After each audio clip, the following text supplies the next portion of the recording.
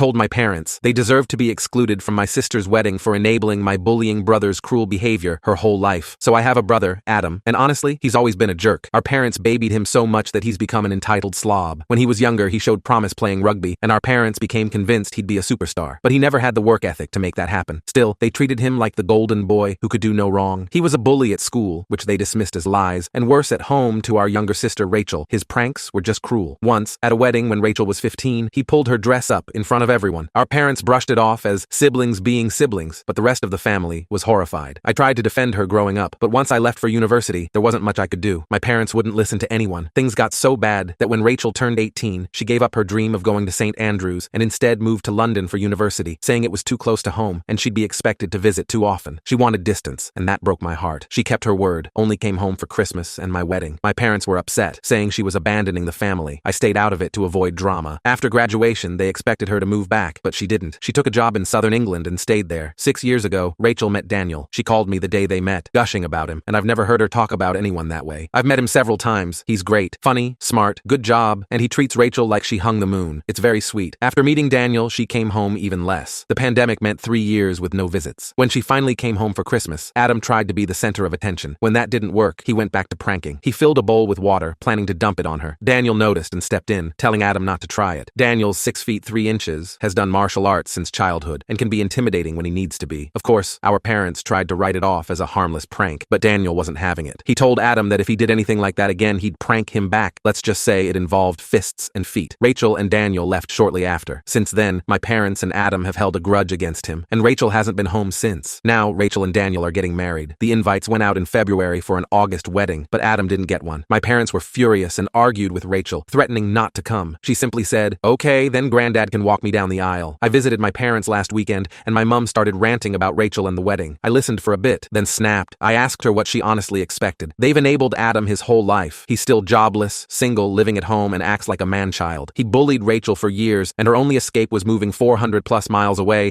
and never looking back. I don't even trust him around my kids unsupervised. My mom went silent and asked me to leave. Later, my dad called furious, saying I upset her and that I was choosing an ungrateful little girl over the parents who gave me everything. That turned into a full-blown argument where I told him he'd been a terrible father to Rachel and didn't deserve to walk her down the aisle.